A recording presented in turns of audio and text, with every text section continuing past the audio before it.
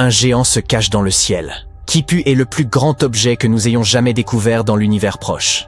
Cela fait des années qu'il perturbait notre compréhension du cosmos, et nous venons enfin de mettre le doigt dessus. Kipu est dense, puissant et dangereux si on l'ignore. Si nous ne comprenons pas ce genre de structure, nous risquons d'interpréter l'univers complètement de travers. Alors, de quoi s'agit-il exactement? Eh bien, pas d'un objet solide, comme une planète ou une étoile. Et ce n'est pas non plus une chose unique, c'est une superstructure, en gros, une région entière de l'univers. Un enchevêtrement de matière qui s'étend sur un espace immense et qui est maintenu par la gravité. Kipu est constitué d'un immense réseau de galaxies, des amas absolument gigantesques, ainsi que de gaz et de matière noire. C'est comme une autoroute où les amas seraient les villes, les divers filaments les routes secondaires, et la matière noire l'infrastructure invisible qui maintiendrait le tout. Et ce géant s'étend sur 1,3 milliard d'années-lumière. Cela signifie que si vous voyagiez à la vitesse de la lumière, il vous faudrait 1,3 milliard d'années pour le traverser. Kipu contient également 200 quadrillions de masse solaire, même s'il ne représente que 13% de l'univers observable.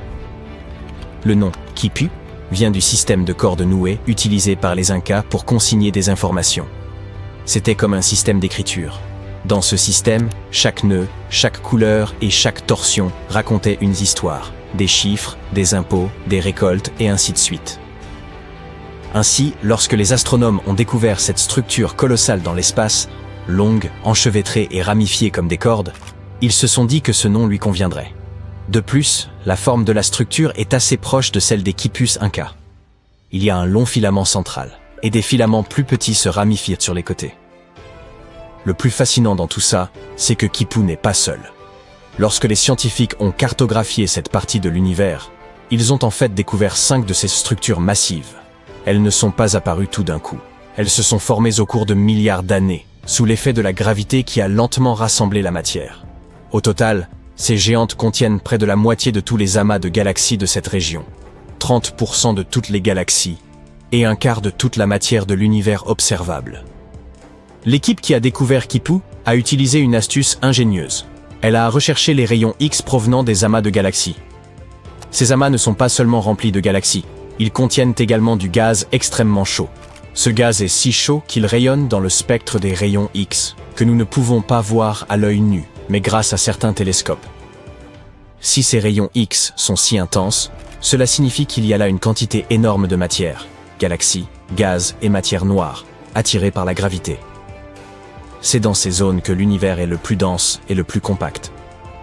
En suivant les rayons X, les scientifiques ont donc pu dresser une carte des plus grandes structures cosmiques existantes, par exemple, de Kipu. Pourquoi est-ce important? Parce que ces mégastructures perturbent tout. Tout d'abord, elles déforment le fond diffus cosmologique, c'est-à-dire la lumière issue du Big Bang. Il s'agit d'une faible lueur qui emplit tout l'univers. Après le Big Bang et la création de notre monde, une toute première lumière, ainsi que les tout premiers signaux ont été émis, et ils ne se sont pas encore complètement dissipés. Même après 13,8 milliards d'années, les restes de ce rayonnement continuent de nous parvenir. En étudiant cette lumière ancienne, les scientifiques sont en mesure de déterminer à quoi ressemblait l'univers à ses débuts, et Kipu nous empêche de le faire. Cette mégastructure a une telle gravité qu'elle courbe et déforme la lumière du fond diffus cosmologique. C'est ce qu'on appelle l'effet Sachs-Wolfe intégré. Ces déformations ajoutent du bruit au signal d'origine, et il nous est donc plus difficile de savoir clairement à quoi ressemblait l'univers naissant et comment il s'est développé. Ces mégastructures perturbent également la constante de Hubble. L'univers est en constante expansion, et la constante de Hubble nous indique à quelle vitesse il grandit, c'est-à-dire la vitesse à laquelle les galaxies s'éloignent les unes des autres. Cependant, les objets géants comme Kipu ont une gravité si forte qu'ils attirent les galaxies qui les entourent, perturbant leur mouvement. Il est donc plus compliqué pour les scientifiques de mesurer la vitesse réelle d'expansion de l'univers. Ils ne peuvent pas déterminer si une galaxie se déplace en raison de l'expansion de l'univers, ou simplement parce qu'elle est attirée par un objet énorme. Enfin, il y a le phénomène de lentille gravitationnelle. La lumière dans l'espace se déplace constamment, mais elle ne suit pas toujours une ligne droite. Si l'espace est déformé, par exemple par la gravité, la lumière sera également courbée et déformée. L'effet de lentille gravitationnelle se produit lorsque la lumière provenant de galaxies lointaines est déviée parce qu'elle passe à proximité d'un objet extrêmement massif, comme Kipu. Cette énorme gravité attire la lumière, tout comme une balle lourde peut déformer une feuille. Et comme la lumière nous transmet des informations, nous permettant littéralement de voir à quoi ressemblent les choses, cette déviation déforme notre perception des galaxies. Les galaxies finissent par apparaître étirées, plus lumineuses, et parfois nous trouvons même une galaxie entière au mauvais endroit. C'est comme si l'on regardait l'univers à travers une loupe.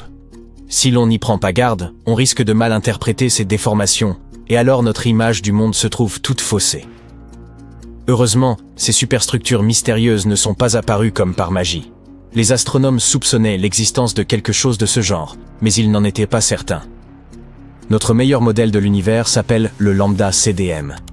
Selon lui, l'univers a commencé avec le Big Bang, il est toujours en expansion et il est principalement composé de matières mystérieuses, l'énergie noire et la matière noire froide. Nous ne pouvons ni voir ni toucher ces éléments, mais nous savons qu'ils existent, car sans eux, notre univers s'effondrerait tout simplement. Ce modèle correspond à ce que nous observons, comme la formation des galaxies, le mouvement des étoiles et la forme générale de l'univers. Ainsi, même si certaines pièces du puzzle demeurent encore mystérieuses, elles s'intègrent parfaitement dans ce tableau d'ensemble. Et ce super modèle nous a permis de prédire l'existence de phénomènes tels que Kipu. Lorsque les scientifiques ont effectué des simulations, ils ont pu observer la formation de structures similaires, d'immenses réseaux cosmiques de galaxies reliées entre elles par la gravité. Et Kipu correspondait à ces prédictions dans la réalité. Cela signifie également que le modèle lambda CDM reflète bel et bien l'univers réel. Pas de surprise de ce côté-là. Mais maintenant, il nous reste à savoir ce que nous devons faire de ce qui s'avère être la plus grande structure connue dans l'univers observable. Il existait un autre géant avant Kipu, le Grand Mur de Sloan. Découvert en 2003, il était considéré comme l'une des plus grandes structures jamais observées. C'est un véritable monstre. Le Grand Mur de Sloan s'étend sur plus d'1 milliard d'années-lumière. On l'appelle mur, mais ce n'est pas un mur comme ceux que l'on trouve sur Terre. C'est aussi un vaste réseau cosmique composé de milliers de galaxies et de gaz, le tout relié par de la matière noire. Ce qui rend Kipu et le Grand Mur de Sloan si fascinants, c'est qu'ils semblent tout simplement trop grands pour être réels. Selon le modèle lambda CDM, des structures aussi gigantesques ne devraient pas être courantes, surtout à l'époque où elles se sont formées. Comment ces géants ont-ils pu apparaître si rapidement dans un univers censé grandir, s'étendre et se lisser au fil du temps? Et si nous continuons à en découvrir d'autres, ce qui serait complètement insensé, cela pourrait signifier que quelque chose de plus profond se cache dans la structure du cosmos. Tout cela fait partie de notre incroyable voyage copernicien. Une longue série de découvertes qui ne cessent de nous rendre plus humbles face à l'immensité de l'univers. Chaque fois que nous faisons une découverte de ce genre, nous comprenons un peu mieux que nous ne sommes pas du tout le centre de l'univers. Nous avons d'abord appris que la Terre n'était pas le centre du système solaire. Ensuite, nous avons découvert que le système solaire n'était qu'un grain de poussière parmi d'autres dans la galaxie. Aujourd'hui, même les superamas de galaxies, que nous croyions être les plus grands objets existants, se voient éclipsés par des structures telles que Kipu et le Grand Mur de Sloan. Cependant, ces structures ne sont pas éternelles. Kipu est temporaire. Au fil de milliards d'années, la gravité le déchirera et le fragmentera en morceaux plus petits. Certaines parties s'effondreront pour former des amas plus compacts, d'autres s'éloigneront simplement les unes des autres. Mais pour l'instant, Kipu reste l'une des structures les plus importantes de l'univers connu. Elle façonne la formation des galaxies. Elle courbe la lumière, ce qui rend sa compréhension extrêmement importante pour nous. Elle bouleverse littéralement toute notre vision du cosmos. En avril 2023, les astronomes ont fait une découverte fascinante. Un trou noir fugitif. Celui-ci traverse l'univers à une vitesse stupéfiante de 5 600 000 km à l'heure, soit environ 4 500 fois la vitesse du son. Cette découverte a été faite par hasard lorsque les chercheurs ont remarqué une étrange ligne droite dans les images du télescope Hubble.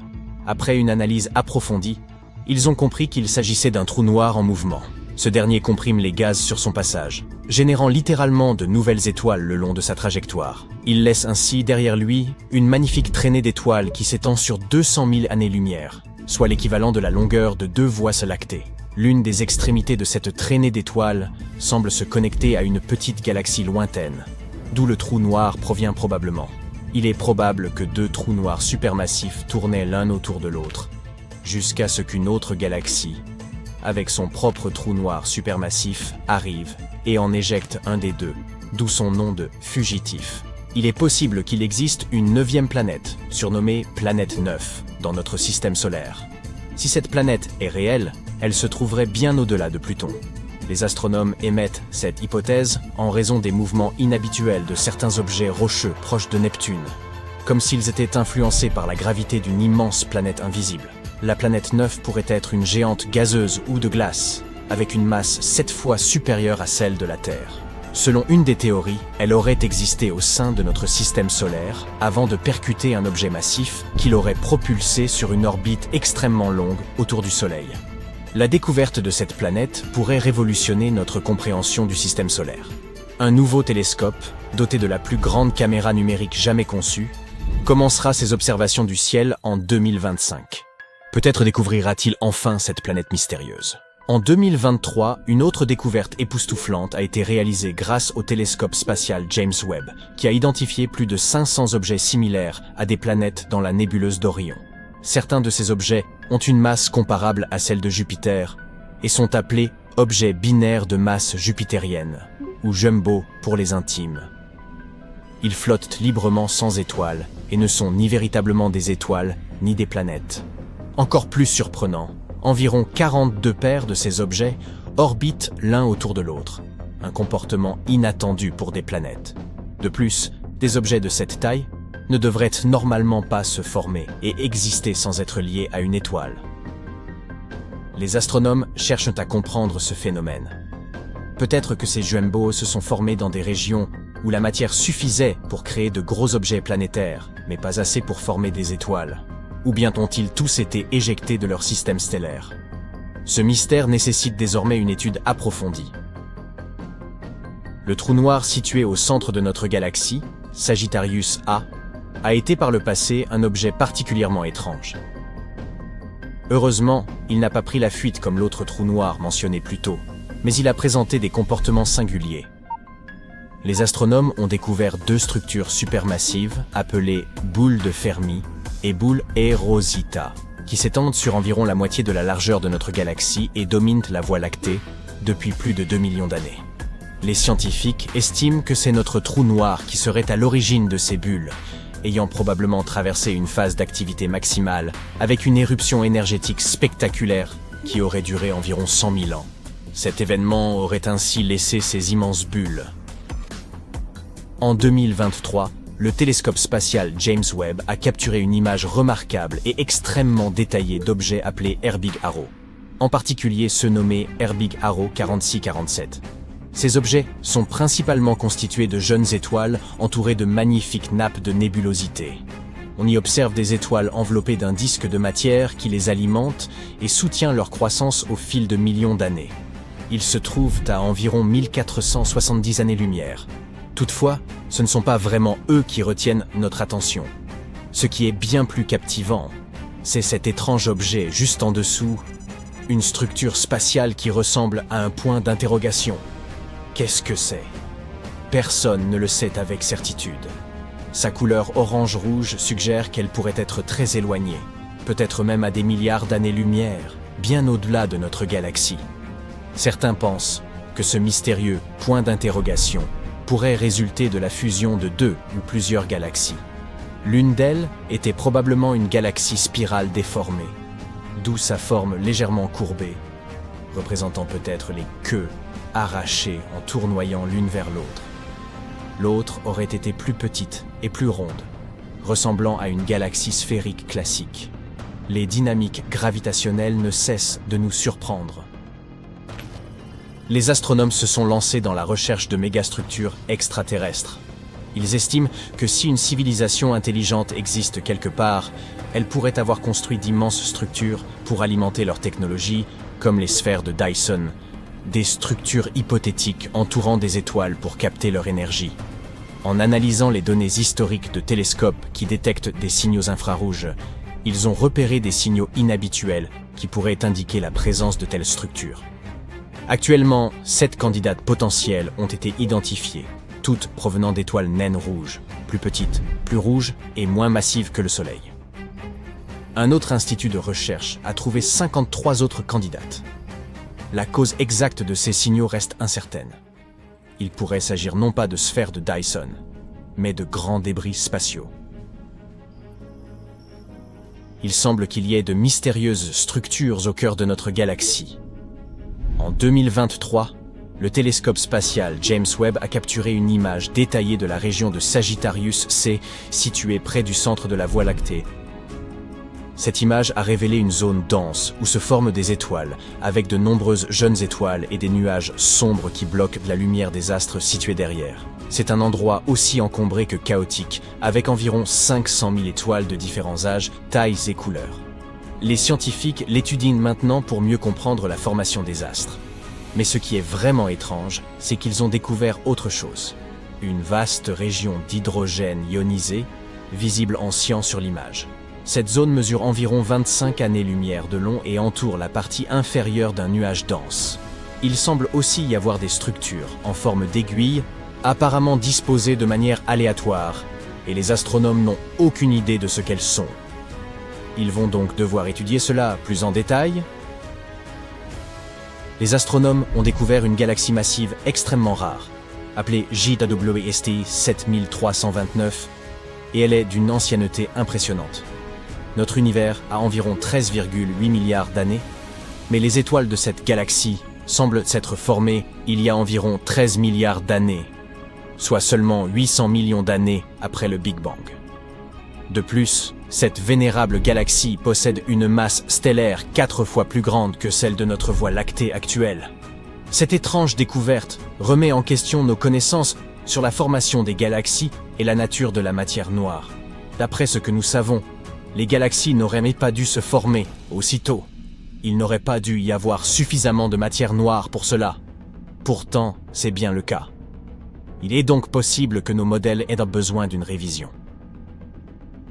Un événement astronomique incroyable, appelé AT 2021 LWX et surnommé Scary Barbie, s'est produit.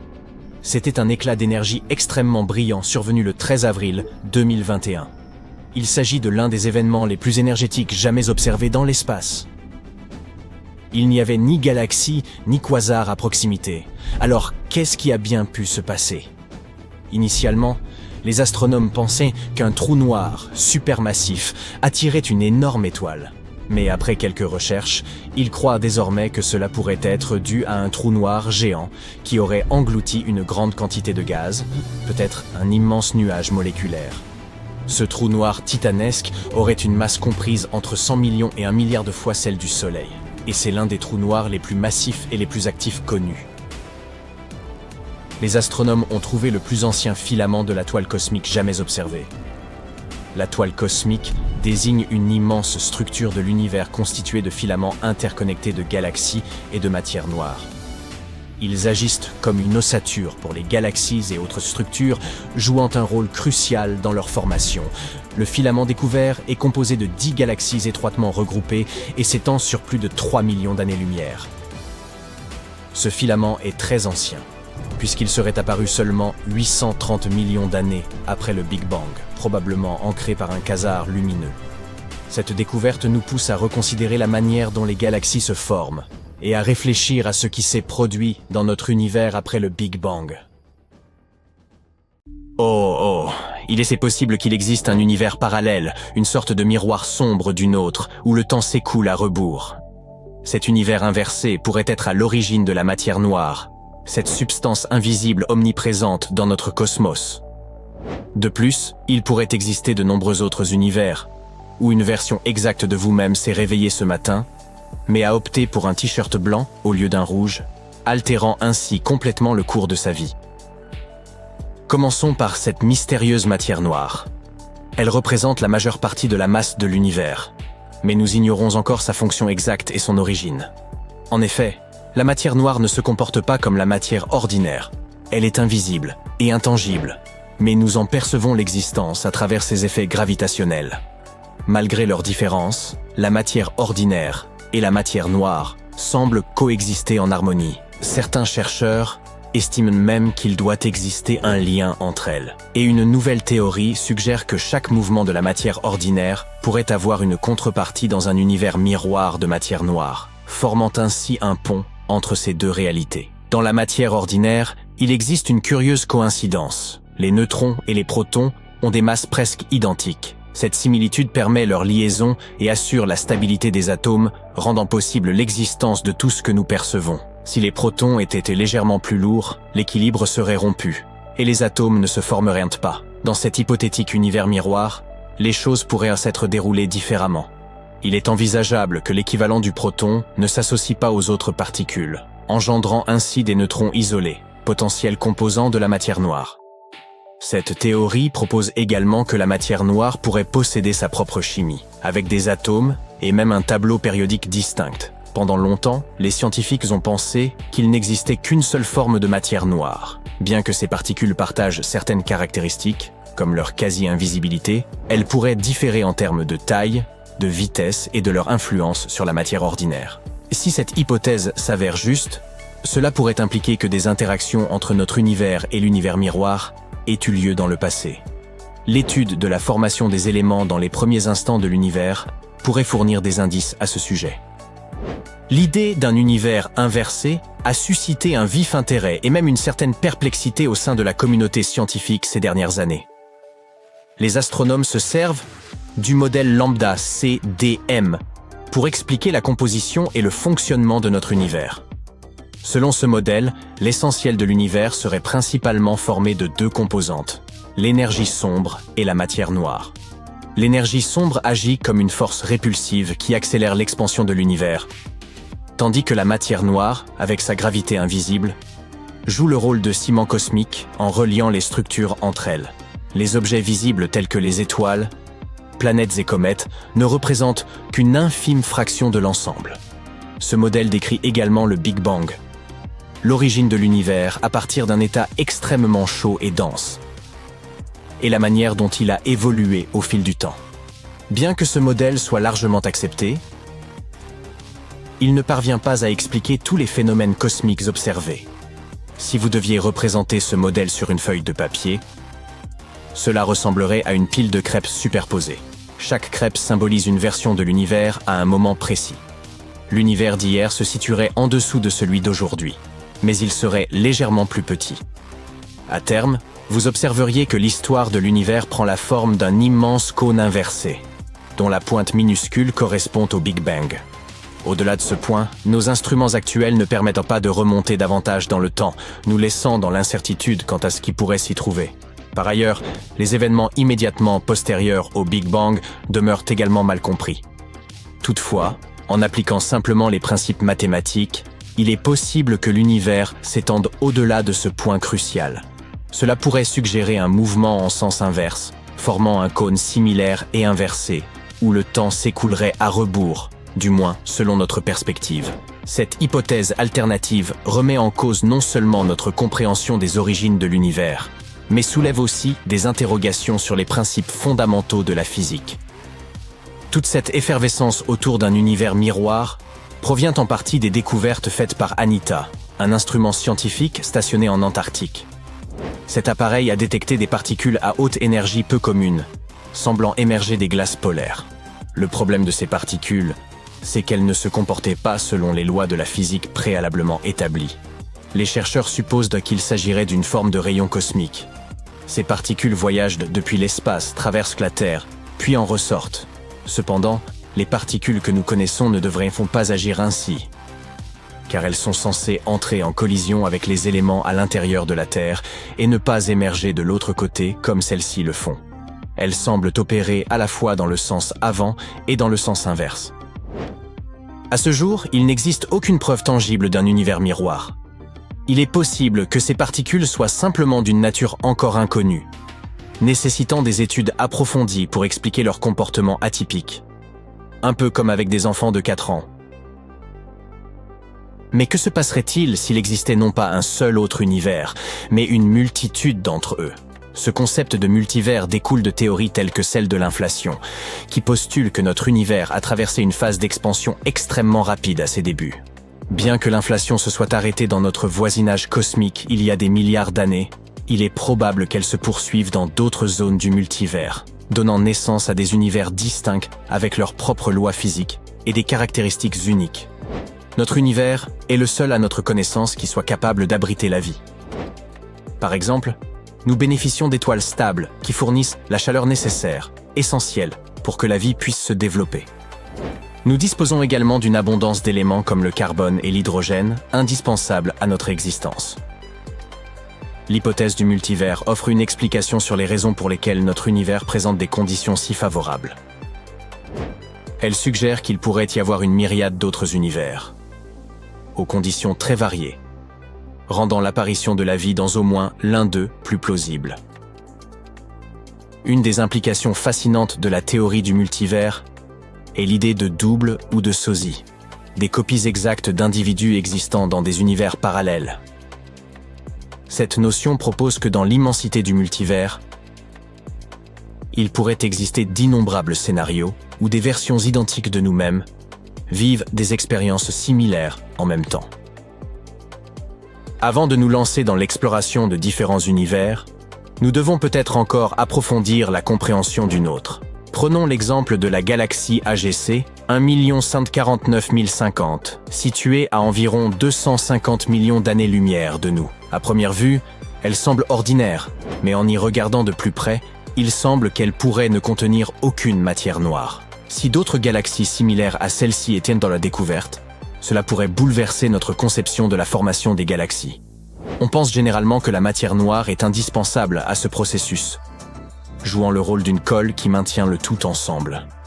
Il est cependant vrai que cette galaxie particulière est moins lumineuse et possède moins d'étoiles que les galaxies plus typiques.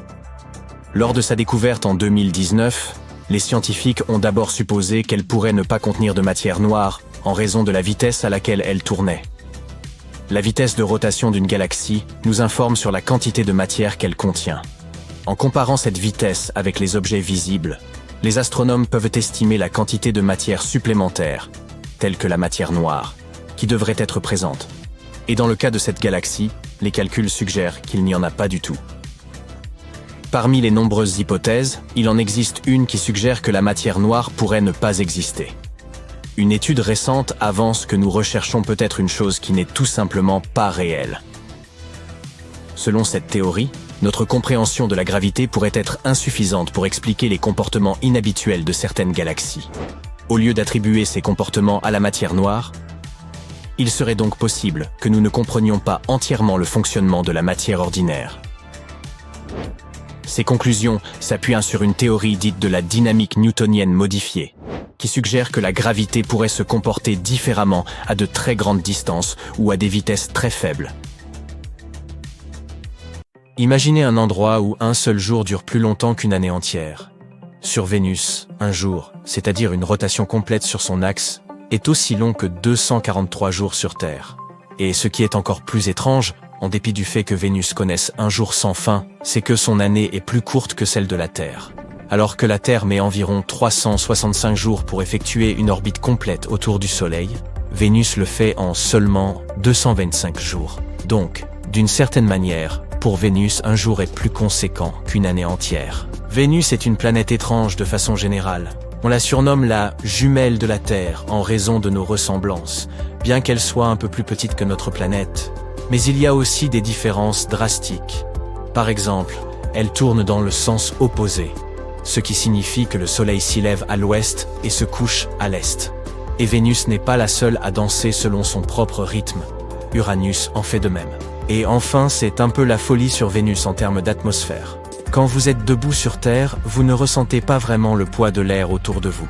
Eh bien, sur Vénus, cette sensation serait comparable à un éléphant assis sur vos épaules. Vénus possède une pression atmosphérique 90 fois supérieure à celle de la Terre. L'atmosphère y consiste en une épaisse couche de gaz toxiques. Par exemple, le dioxyde de carbone qui est libéré par tous les volcans. Il applique une pression incroyable. Ceci se traduit par des températures incroyablement élevées. Il n'est donc guère étonnant qu'il nous faille encore attendre avant de pouvoir un jour poser le pied sur cette planète. Pendant ce temps, Mercure, la planète la plus proche du Soleil, a une orbite encore plus courte que celle de Vénus. Elle effectue un voyage complet autour du Soleil en seulement 88 jours terrestres environ. Cependant, elle a une rotation lente sur son axe, ce qui signifie qu'un jour sur Mercure dure environ 176 jours terrestres. En gros, une demi-année pour nous. Tout comme avec Vénus, une journée y dure beaucoup plus longtemps qu'un an. Comme c'est la planète la plus proche du Soleil, il n'est pas surprenant que Mercure connaisse des variations de température extrêmement élevées. En journée, celles-ci peuvent excéder les 420 degrés Celsius, assez pour faire fondre le plomb. Mais attendez le coucher du Soleil. La nuit, elles redescendent à un glacial moins 180 degrés. C'est parce que Mercure n'a pas une atmosphère épaisse comme la nôtre, donc la chaleur ne se distribue pas uniformément à travers la planète. Si un côté est plongé dans l'obscurité, il sera extrêmement froid, et l'autre côté sera brûlant. Exactement comme si vous laissiez un gros rocher ordinaire sous le soleil pendant un moment. En fait, il y fait tellement froid qu'il pourrait même y avoir de la glace dessus. Regardez la région du pôle nord de la planète. Surtout ces taches jaunes, éclairées par le soleil à l'intérieur des cratères. Elles indiquent peut-être la présence de glace d'eau. Et il s'avère que l'eau est beaucoup plus courante dans l'espace que nous ne le pensions. Mars est souvent surnommée la planète rouge. Elle doit ce surnom à l'abondance d'oxyde de fer, ou de rouille, qui recouvre sa surface. Les minéraux riches en fer créent cette teinte rougeâtre qui colore le paysage martien. Mais il s'avère que Mars n'est pas simplement rouge. Si vous vous teniez sur Mars, vous verriez un terrain semblable à un désert de couleur caramel, baignant dans une lueur dorée. Un peu de brun ici et là, et même de légers reflets verdâtres. Mars possède également la plus grande montagne de tout le système solaire, Olympus Mons. D'une hauteur vertigineuse d'environ 22 km de haut, elle est bien plus haute que le mont Everest. Elle a été formée par l'éruption d'une lave à faible viscosité, créant une structure similaire à un bouclier. Étant donné que Mars est recouverte de sable, elle est aussi célèbre pour ses fantastiques tempêtes de poussière. Mais il s'avère qu'elles sont encore plus insensées que ce que nous pensions. Ces tempêtes peuvent durer des mois. Bien qu'elles puissent présenter des défis pour les futures missions humaines, elles contribuent également à l'aspect irréel de la planète lorsqu'elle est observée de loin. Et il n'y a pas que les tempêtes à prendre en compte, mais également les tremblements de Mars. Également connus sous le nom de trémors sismiques, ils ont été détectés pour la première fois par la NASA en 2019. Contrairement aux tremblements de terre, qui sont souvent déclenchés par des mouvements de plaques tectoniques, on pense que les tremblements de Mars résultent du refroidissement et de la contraction de l'intérieur de la planète. Il est intéressant de voir à quel point les deux planètes sont similaires, et pourtant si différentes. Les anneaux emblématiques de Saturne pourraient détenir un secret lié au passé ancien de la Terre. Ces anneaux sont principalement composés de particules de glace et de débris, et sont estimés être relativement jeunes à l'échelle cosmique, seulement quelques centaines de millions d'années environ. Maintenant, certaines théories avancent qu'ils seraient nés après une catastrophe de grande ampleur. La collision de deux grandes lunes, ou la désintégration d'une comète, par exemple. Ce qui est intéressant, c'est que cette chronologie coïncide avec l'âge de l'extinction des dinosaures sur Terre. Y aurait-il un lien? Qui sait? Au fait, bien que Saturne remporte le gros lot pour ses anneaux, elle n'est pas la seule planète de notre système solaire à en avoir. Jupiter, Uranus et Neptune ont également leurs propres ensembles d'anneaux, bien qu'ils ne soient peut-être pas aussi visibles et impressionnants que ceux de Saturne. Cependant, il y a quelque chose par laquelle Saturne se distingue vraiment, le magnifique hexagone de son pôle nord. C'est une figure colossale à 6 côtés. Et chaque côté de cette structure incroyable mesure environ 14 500 km de long, soit 1900 km de plus que le diamètre de la Terre. Les scientifiques ne sont pas certains de comment cet hexagone s'est formé ni pourquoi. Ils pensent que cela pourrait être dû à des vitesses de vent variables. Ou peut-être est-il façonné par un jet stream localisé, lent et sinueux. Pour le moment, il demeure un autre des mystères de Saturne. Tout comme l'hexagone de Saturne, Jupiter a aussi sa propre tache étrange. On l'appelle la Grande Tache Rouge. Il s'agit d'une tempête qui fait rage depuis au moins 350 ans et qui est à plus grande que la Terre elle-même. Malgré son nom, la couleur de ce point a varié au fil des ans, allant du rouge brique au rose saumon pâle. Les scientifiques continuent d'étudier cette tempête tenace, perçant les mystères de sa persistance et de ses volutes changeantes. Sur le plan météorologique, la Grande Tache Rouge est un véritable épicentre. Elle génère une énorme pression dans l'hémisphère sud de Jupiter. Pendant ce temps, Jupiter elle-même n'est pas en reste en ce qui concerne les champs magnétiques. Son influence est colossale. Elle s'étend bien au-delà de la planète elle-même et crée l'un des champs magnétiques les plus vastes et les plus puissants de notre système solaire. À cause de cela, Jupiter est une source de radiation intense et de fascinantes aurores, alors que les aurores boréales de la Terre sont à couper le souffle. Jupiter a aussi quelque chose à offrir. Son champ magnétique interagit avec les particules chargées provenant des lunes de Jupiter et du vent solaire. Cela crée des aurores visuellement frappantes au niveau de ses pôles. Cependant, par rapport à la Terre, l'échelle de ces aurores est phénoménale. Rien de comparable à ce que nous observons sur notre planète. Mais même ce type de grande tache n'est pas une caractéristique unique au sein de notre système solaire. La géante orageuse, Neptune, la 8e et la plus éloignée des planètes du Soleil, a aussi sa propre grande tache sombre. Tout comme avec Jupiter, c'est un immense vortex au beau milieu de l'atmosphère de Neptune. Mais contrairement à son homologue jupitérienne, cette tache a tendance à apparaître et disparaître en raison de la météo dynamique et extrêmement changeante de Neptune. Neptune, tout comme Uranus, est une autre géante glacée. Et tout comme les autres géantes, elle possède certains des vents les plus violents de notre système solaire. Ces courants supersoniques peuvent atteindre une vitesse supérieure à 1900 km/h. Et oui, ça ne rigole pas. Mais cela explique ces épaisses formations nuageuses. Au fait, si vous avez déjà rêvé d'une planète où il pleut des diamants, vous pourriez être intéressé par cette planète. Profondément dans l'atmosphère de Neptune, où les pressions sont extrêmes, les scientifiques ont émis l'hypothèse que les atomes de carbone seraient si comprimés qu'ils en forment des diamants. Ces diamants pourraient ensuite s'abattre comme une pluie. Quelle touche unique pour un bel orage! Les lunes de Neptune ont hérité de leurs parents cette météo étrange. Par exemple, sa plus grande lune, Triton, présente une touche de cryovolcanisme. Au lieu de vomir des roches en fusion comme les volcans terrestres, les cryovolcans de Triton éclatent avec un mélange d'eau, d'ammoniac et d'azote. Cela s'apparente à des geysers de glace projetant leur matière dans l'espace. On dirait que, dans notre seul système solaire, chaque planète a ses propres particularités fascinantes. Espérons que nous découvrirons d'autres choses intéressantes dans l'espace avoisinant à l'avenir. Le Soleil est une étoile de taille moyenne, et pourtant elle pourrait contenir 1 300 000 terres. L'étoile est aussi 333 000 fois plus lourde que notre planète. La NASA a traduit les ondes radio créées par l'atmosphère des planètes en sons audibles. C'est ainsi que les astronomes ont découvert que le son produit par Neptune ressemble aux vagues de l'océan, que Jupiter a l'air d'être sous l'eau, et que la voix de Saturne ressemble à la musique de films d'horreur. La Terre, elle, sonne un peu comme du jazz bebop. Bon, d'accord, ça je l'ai inventé. La surface du Soleil est brûlante, mais un éclair est 5 fois plus chaud. La Terre est frappée par 100 éclairs chaque seconde, ce qui représente 8 millions de coups de foudre par jour et environ 3 milliards par an. Incroyable!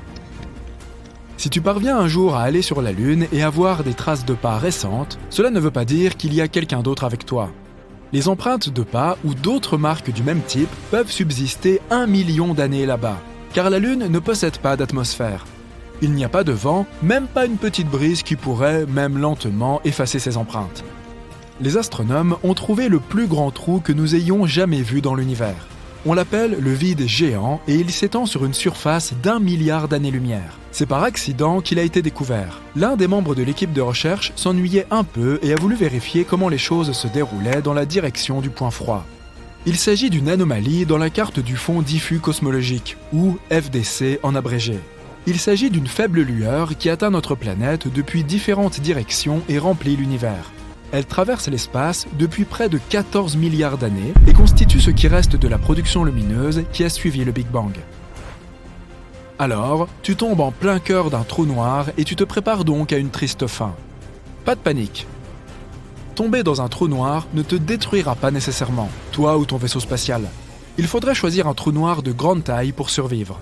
Si tu tombes dans un petit trou noir, ce qu'on appelle l'horizon des événements est très étroit. La gravité, quant à elle, s'intensifie un peu plus à chaque centimètre. Donc, si tu étends ton bras en avant, il y aura une grande différence de gravité qui s'applique entre tes doigts et ton coude. Cela aura pour effet d'allonger ta main, provoquant une sensation plutôt désagréable. très désagréable pour être honnête. Les choses ne seraient pas tout à fait les mêmes si tu tombes dans un trou noir supermassif comme ceux qui se trouvent au centre des galaxies. Ces objets peuvent être des millions de fois plus lourds que le Soleil. Leur horizon des événements est vaste et la gravité ne change pas aussi rapidement. Ainsi, la force que tu ressentirais sur tes talons et au sommet de ta tête serait à peu près la même, et tu pourrais aller jusqu'au cœur du trou noir.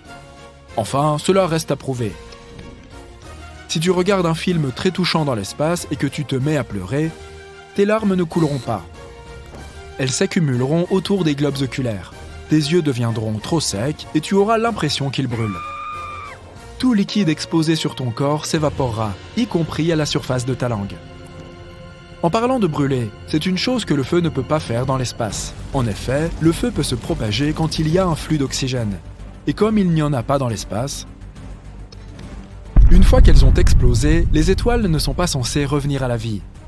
Mais certaines étoiles ont survécu en quelque sorte à une grande explosion de supernova. Ces étoiles zombies sont plutôt rares. Les scientifiques en ont trouvé une très grosse appelée LP40-365. C'est une naine blanche partiellement brûlée. Une naine blanche est une étoile qui a brûlé tout son hydrogène, et cet hydrogène était auparavant son combustible nucléaire. Dans ce cas, l'explosion finale était peut-être plus faible qu'elle ne l'est habituellement, pas assez puissante pour détruire l'étoile en entier. C'est comme si une étoile avait voulu exploser mais n'y était pas parvenue, ce qui explique qu'une partie de la matière ait survécu. Si tu vas un jour dans l'espace, n'enlève pas ta combinaison, sauf si tu es dans un vaisseau spatial. Dans l'espace, l'air dans tes poumons se dilaterait, ainsi que l'oxygène dans le reste de ton corps. Tu serais comme un ballon, 2 fois plus grand que ta taille normale. Bonne nouvelle, la peau est suffisamment élastique pour te contenir, ce qui signifie que tu n'exploserais pas. Petit réconfort. Lorsqu'un objet entre dans un trou noir, il change de forme et s'étire comme des spaghettis. Cela se produit parce que la force gravitationnelle attire un objet dans une direction, tout en le comprimant dans une autre. Une sorte de paradoxe des pattes. Par ailleurs, un trou noir aussi gros qu'un atome a la masse d'une très grosse montagne. Il y en a un au centre de la Voie lactée appelé Sagittarius A. Il a une masse équivalente à 1 milliard de soleils, mais heureusement, il est très loin de nous. Si tu faisais un gros boom sur un astéroïde, tu ne serais pas capable d'entendre son bruit. Oui, nous entendons souvent le bruit des vaisseaux spatiaux et des batailles dans l'espace dans les films, mais ce n'est qu'un mythe. Le son est une onde qui se propage en raison des vibrations des molécules.